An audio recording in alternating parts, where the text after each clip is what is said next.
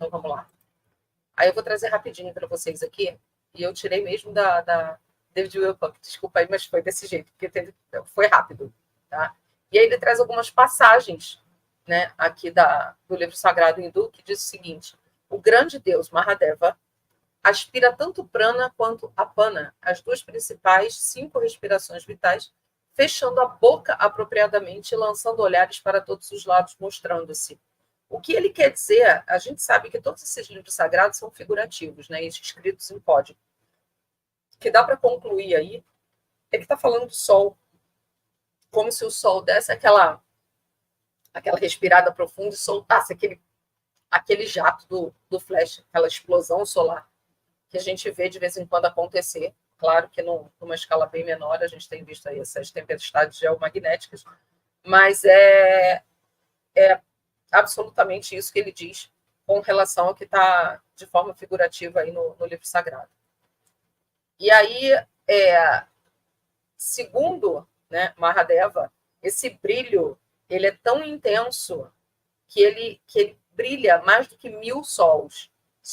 Vocês imaginem, se a gente for pensar num flash solar e daqueles poderosos, o que realmente a gente não presencia com relação a essa questão da intensidade do brilho, né? E aí embaixo ainda está assim, looking like another Samvartaka, né, que é um flash solar, e parece com outro flash solar. The great God smiled, e o grande Deus sorri gentilmente e endereça, né, o flash dizendo, né, what, ó Brahmana, shall I do for you? O que né, ó Brahma, eu posso fazer por você? Então, aí está exemplificando o que acontece justamente quando eles enxergam e quando eles veem o flash solar. Aí tem outra passagem que fala o seguinte: na verdade, Shiva brilhou como Senhor das Estrelas enquanto estava em toda a sua plenitude. Porque Mahadeva, para a gente, é Shiva, tá, gente? A gente conhece mais como Shiva. E o fogo nasceu da energia que se assemelha em refulgência ao brilho do clarão entre as nuvens. Isso tudo está no livro sagrado e a descrição do tal do flash solar. Aí aqui a gente também tem, na verdade, parece que 1000 sóis nasceram ali, preenchendo cada lado de um esplendor deslumbrante. A energia do Deus Supremo, parecida com o fogo de Samvartaka, que destrói todas as criaturas no final do Yuga. Olha isso. Né? Deixa eu correr aqui. Essa parte é interessante, que assim, a gente costuma, nas destruições, nos finais de ciclo, que se repetem a cada 5.000 anos, segundo a tradição, a destruição é pela água. Mas no final do grande ciclo, do grande ano, eu vou falar um pouquinho disso mais para frente, que seria os 25.000 anos, seria o que se chama o grande ano, que equivale, na verdade, a um ano galáctico. É o tempo que o Sol leva para dar uma volta inteira na galáxia. Tá? Ao final desse grande ciclo, a destruição vem pelo fogo, por isso que é o Samvartaka Fire. Né? É o fogo de Samvartaka. Então não é destruição pela água, não é um dos dilúvios, né? E aí são dilúvios no plural, né? E sim o fogo. Exatamente. Esse está na segunda parte que a Anne vai falar, gente, por isso que eu estou correndo aqui. E o Senhor da Terra, que consome as regiões inferiores e também tudo que está na superfície em momentos. O que quer dizer com isso? Porque quando a gente tem um flash solar, tem um filme do Nicolas Cage que é horroroso, que é bem catastrofismo, mas exemplifica bem isso. Se você tem um flash solar atingindo a Terra, não adianta você correr para o subsolo. Né? Ele desce até 1 quilômetro, né? 1 quilômetro e tal para baixo. Então, o que está descrito aqui é basicamente o que tem nesse filme, que é o Presságio. Né? E deixa eu correr. Vamos lá. E aí, no Samvartaka Fire, surgem nos céus massas profundas de nuvens, precedendo manadas de elefantes enfeitadas com coroas de raios, que são maravilhosas de se ver. Aqui, o que ele está descrevendo, nada mais, nada menos do que aquilo que nós temos visto cada vez com mais intensidade e frequência, que são as auroras boreais. O que está acontecendo? Tempestade geomagnética, mudança no campo eletromagnético. E a gente tem visto né, auroras boreais ocorrendo em lugares que não são comuns. E isso já estava descrito lá atrás. Aí aqui tem essa partezinha que fala o seguinte, and omuni, né? E omuni, when fierce and malicious deities and rakshakas, eu não sei pronunciar isso, gente, rakshasas, Rakshasas. obrigada, that are incapable of being slain by even the foremost of the gods are born on earth. E aí, o que ele quer dizer com toda essa parte da questão do renascimento, né? Que é como se o mal aqui na Terra... Deixa eu voltar para vocês, que é mais fácil do que ler esse pedaço da... Pronto, estou aqui. O que ele quer dizer com isso? Que quando esse flash chega, é como se ele viesse propositalmente para expurgar todo o mal que existe na Terra.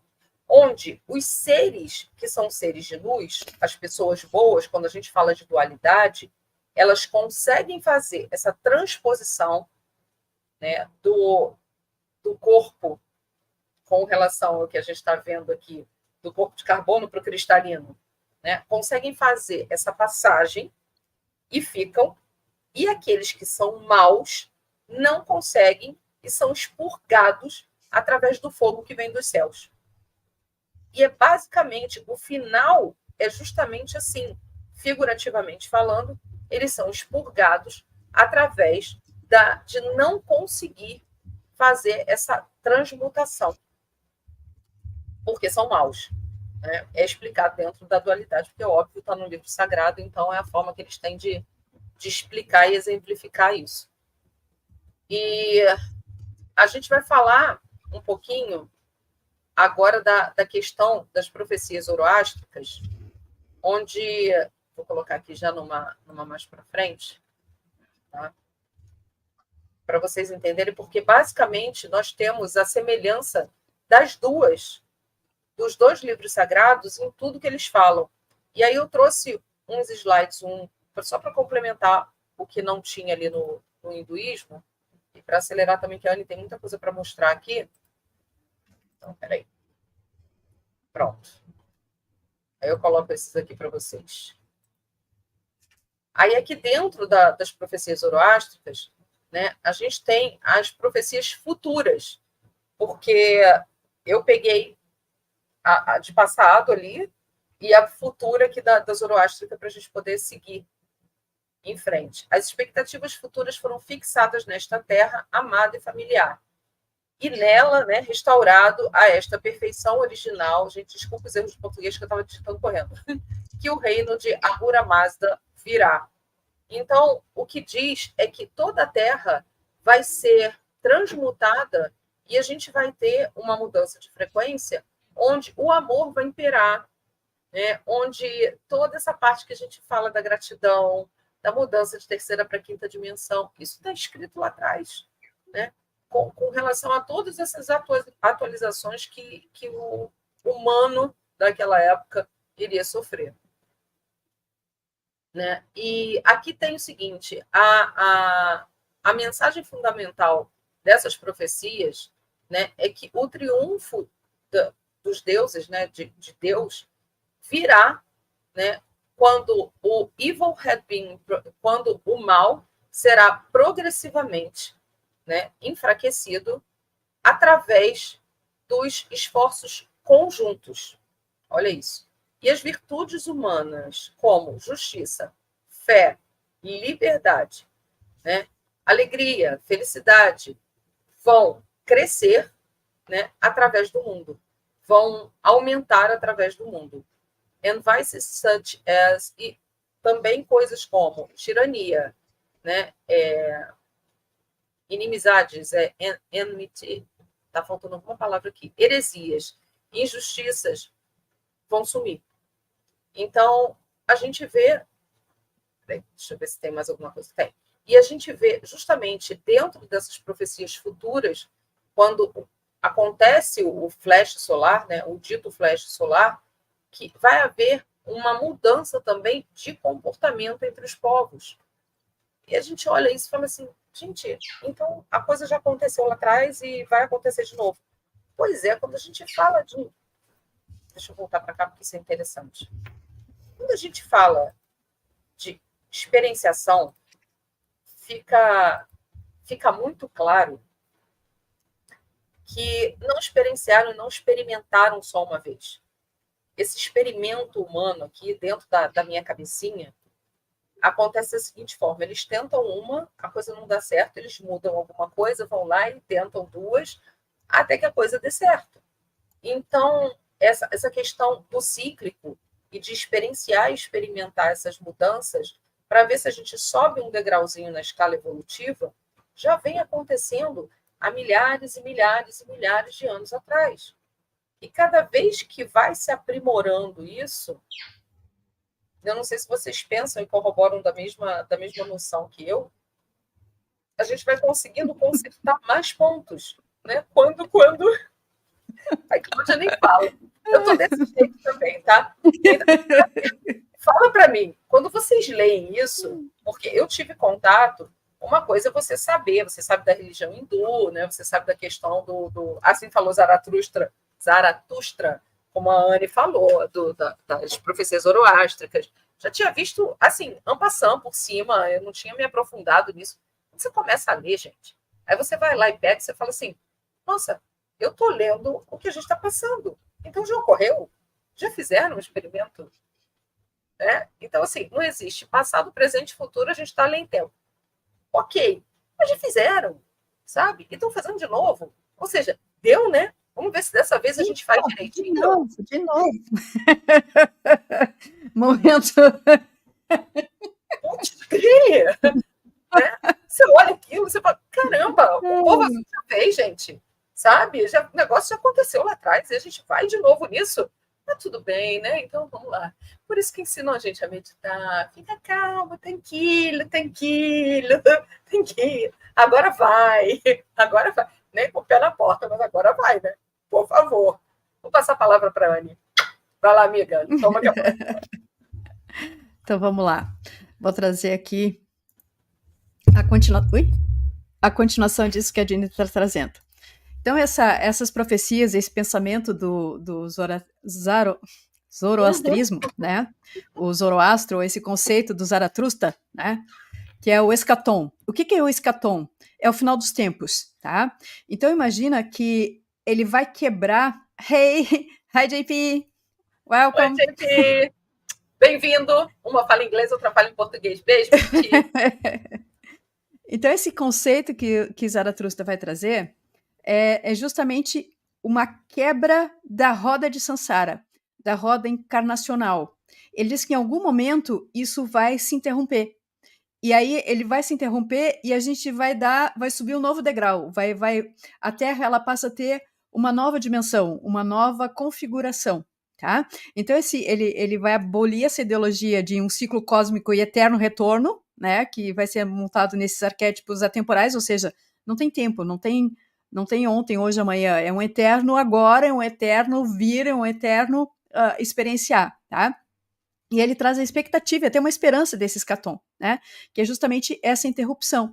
E aí o David traz essa informação que está num livro, Uma História do Zoroastrismo, de Boyce e Grenet, são os autores do livro, que ele diz que o Zoroastro introduziu uma concepção linear do tempo cósmico, que foi uma inovação no pensamento religioso que teve uma enorme influência na história espiritual subsequente da humanidade. Olha só o peso disso. Porque ele vai dizer que a partir desse momento, essa possibilidade de pensar numa quebra da roda encarnatória, de um fim desse processo, ele vai ter uma influência muito grande nas demais religiões. E a partir daí que ele vai trazer esse conceito de que vai ter um flash solar, vai ter um evento solar, seguido de um grande juízo, como se fosse um julgamento final, para partir para um novo recomeço com uma nova configuração. Isso vai ser copiado por muitas religiões subsequentes, né? E aí tem um outro autor, que ele chama aqui, deixa eu ver, é o Santiana e Van Deschen.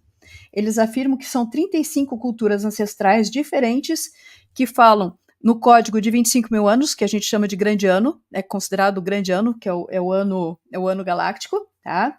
Um flash solar e um ponto de origem comum, que é justamente o zoroastrismo, tá? Bom, o que eles falam nesse grande escatom, então? Que vai haver uma súbita transfiguração estática de todos os seres da Terra, tá? De todos os seres humanos na Terra, tá? Algo que vai acontecer não por um ciclo cósmico, não é um evento cósmico, mas algo que depende daqui, né? Que vai ter um impacto aqui, porque depende da vontade do Criador, né? E aí é interessante porque, assim, o Criador controla tudo, inclusive os ciclos cósmicos, inclusive os eventos cósmicos. E a gente costuma escutar, né, de um professor nosso que diz o seguinte: o juiz cansou, né? A ordem veio da fonte, né? O basta veio da fonte, a decisão para o final do jogo já aconteceu. Gente, é a mesma coisa dita de outras formas, tá? É um desejo do criador dizer que o jogo chega ao fim. E a gente prepara e diz assim: eu escutei isso antes de outro jeito. Né? Pois é, gente, pelo amor, tudo igual. Né? Bora. Enfim. Então, nessa mudança de paradigma que se acompanha, que o zoroastrismo traz, é a ideia de ressurreição do corpo, e aqui é uma coisa interessante, essa ressurreição do corpo, e eu vou fazer algumas observações mais para frente, e esse julgamento final são aspectos fundamentais e significativos do que ele chama de frascoquerete. Gente, dizer essas palavras é difícil, tá? Frasquerete. Tá? Então, o David vai falar que, assim, que essa transmutação, esse momento desse momento final, o Frascoret seria um equivalente para o fogo de Samvartaka, tá? É o equivalente do zoroastrismo, tá? Ele vai dizer que a gente constrói isso dentro de nós, tá? E não é nada uma data específica. Então, essa coisa da data do fim do mundo é 2012, é 2020, é 2025, era 2000, era 98. Então, essas datas, elas não dependem exatamente do ciclo cósmico, apesar de estar inserida nele. Por isso que os 25 mil anos já passaram, né? E a gente continua aqui. Né? Por quê? Porque existe algo que o ser humano precisa construir e, coletivamente, a gente vai ter que levantar o quociente vibracional para que a gente consiga dar esse salto, né? É isso aí.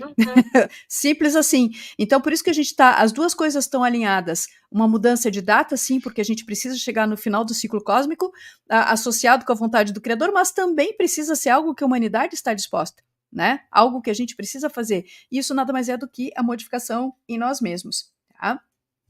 E aí ele traz esses termos aqui. A Daiva é da onde vem diva, tá? É como se fosse uma divindade. E ele faz assim, é interessante que a gente chama as grandes atrizes de Hollywood são chamadas de divas até hoje, né? Então, e a diva Akamaná, que significa maus pensamentos, será superada. Fome e sede serão derrotados. O grande deus do mal, Angra Mainyu, privado do seu poder, será posto para voar. E ele diz que esse grande deus do mal, o Angra Mainyu, ele se equivale à ideia cristã de Satanás. Tá? Então, são as equivalentes e ele cria um paralelo entre os dois. Tá? Deixa eu ver o que mais que eu tenho aqui. E aí ele vai dizer que, de acordo com as profecias de Michael, né? Bom, eu acho que aqui cabe um parêntese. Eu tenho os 7 livros das profecias de Michael. Eu não consegui tempo para ler, porque é algo tipo 1000 páginas. Né? São 7 volumes, com toda a prolixia clássica do David Wilcock, né? Mas que eu amo de paixão. Tá? E eu gosto da prolixia dele, sim, porque ele vai nos a cada ponto ele vai retomando a linha, o fio condutor, porque como vocês podem ver, é muita coisa. E ele vai juntando vários pontos científicos, pontos de várias tradições religiosas. Tá? Então, esses livros, ele escreve nos últimos 3 anos, então entre 2021 e 2022, ele fez uma imersão, né?